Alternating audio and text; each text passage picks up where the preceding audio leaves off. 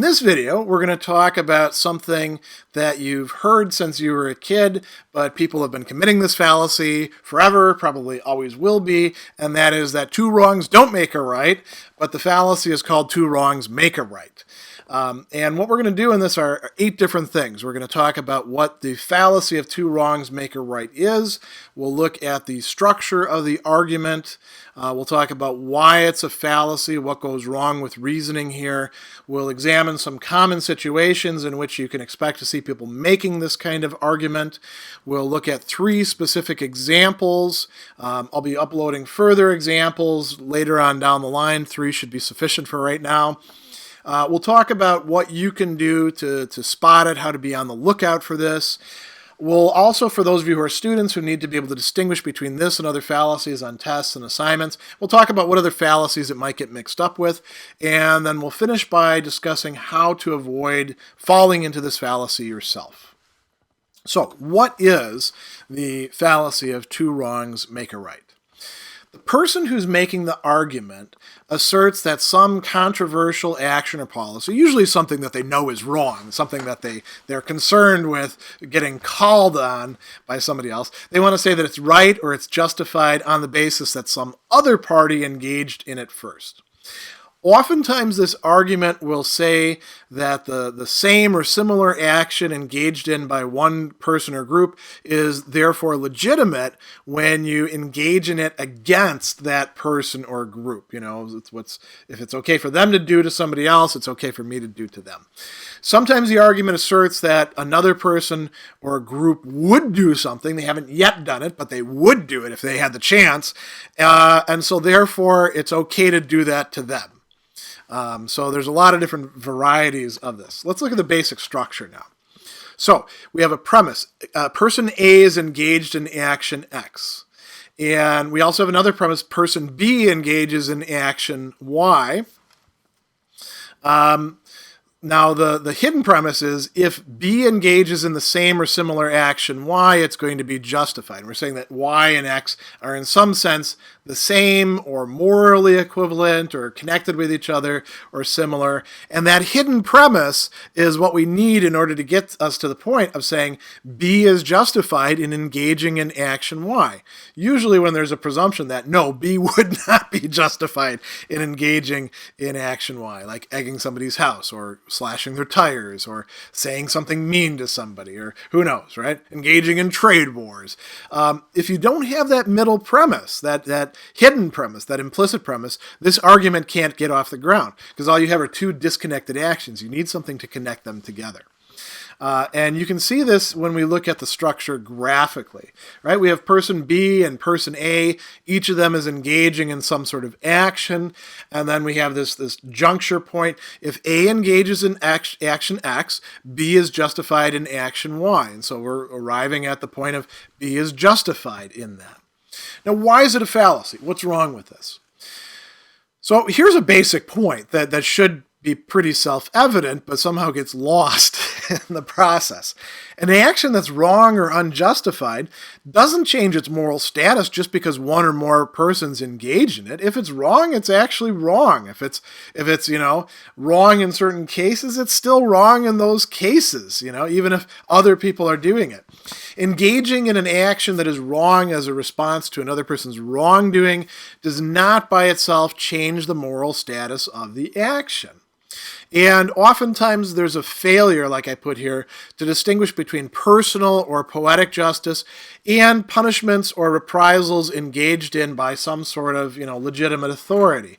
A lot of people want to say that, everything is totally equivalent across the board, that whether, a legitimate authority does something or whether somebody else does it, it doesn't make any difference. That's not very good reasoning. Although it's sometimes very attractive reasoning, isn't it? Let's talk about common situations. So this fallacy occurs very often in situations where people are engaged in actions whose moral status is becoming controversial or already is controversial. People make an appeal to this, often out of motives of guilt or bad conscience. They get called by somebody else and they say, well, look, they did it too, so why can't I do it? So where do we find this happening? Personal relationships. This is a big one. It's okay for me to yell at you because you yelled at me. It's okay for me to break things because you broke things. It's okay for me to go out and spend money on this thing that we didn't agree upon because you did that yourself. Even friendships are, you didn't call me, I'm not going to text you. There's all sorts of ways in which this can happen.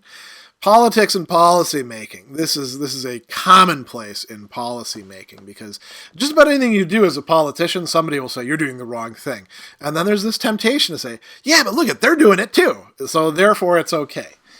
Well, that's, really, that's part of what makes things bad and worse and worse and worse in our political system. The workplace, so-and-so's not doing their work, so it's okay for me to slough off too. They're not putting in a full day for their wages. And besides, the owner's screwing me on the wages anyway, so I'm not going to do it. Or, the owner might say, yeah, I don't have to pay my employees a decent wage because they don't really do a lot of work anyway. All of this is great examples of people behaving like complete jackasses and then justifying it afterwards, right? Film and television narratives. We have whole movies based on, the workings of revenge. We do this a lot in sitcoms too. And in a lot of our cartoons are based on this sort of thing, right? And it's one thing, to have it in an imaginary narrative on TV or, nowadays through the internet.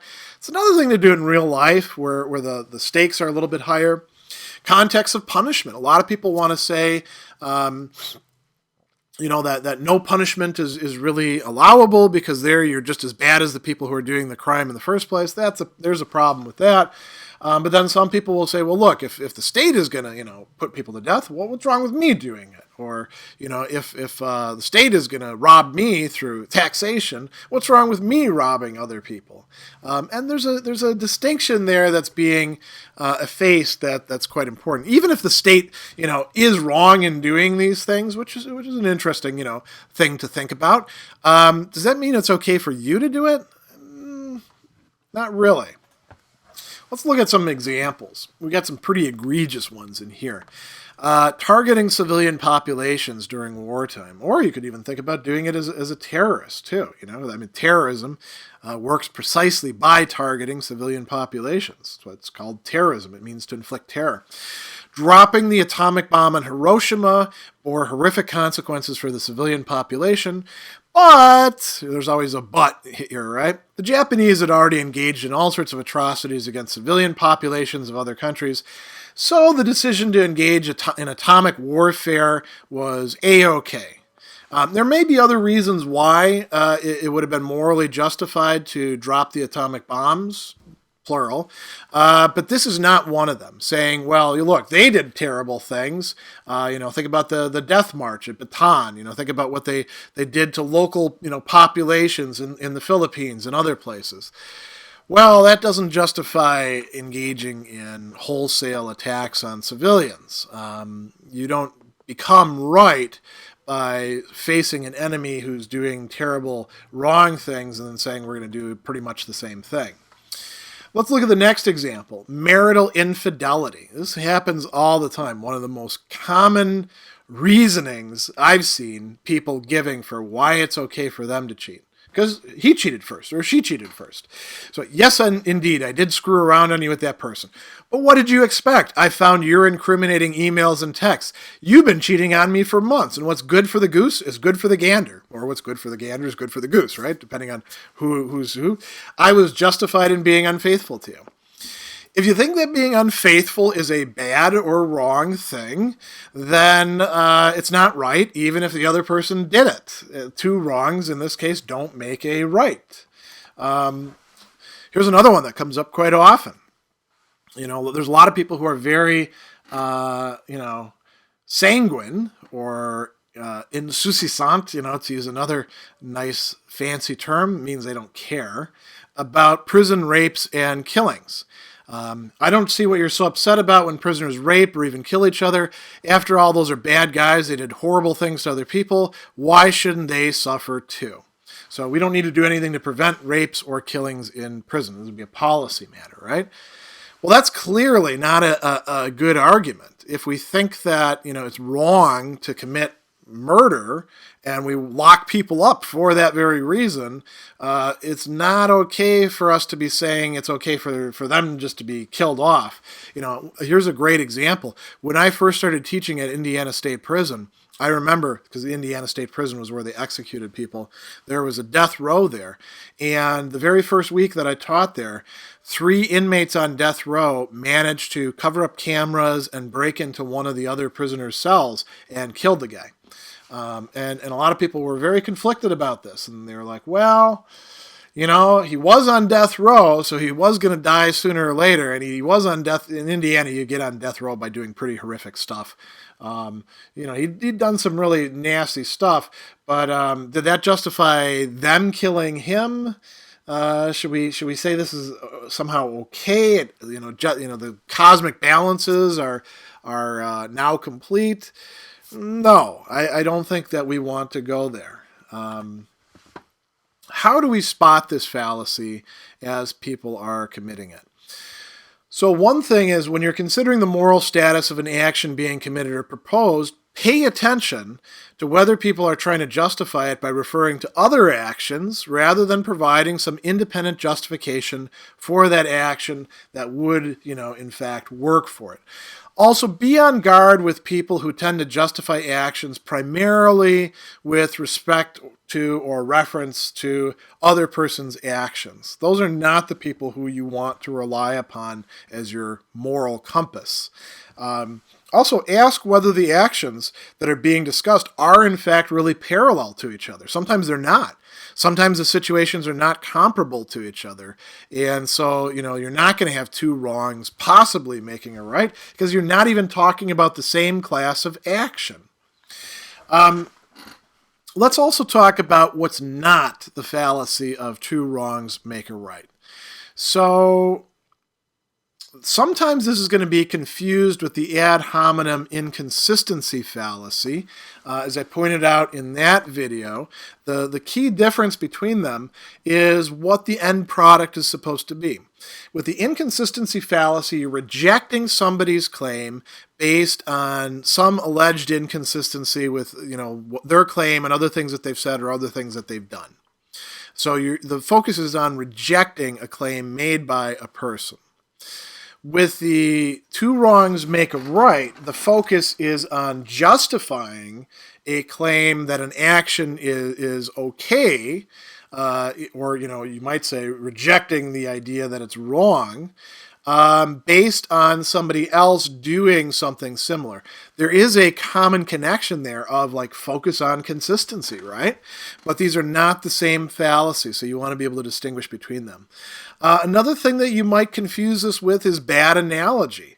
Bad analogies can have to do with the rightness and wrongness of actions, so that would be similar there in terms of content, but the form is a little bit different.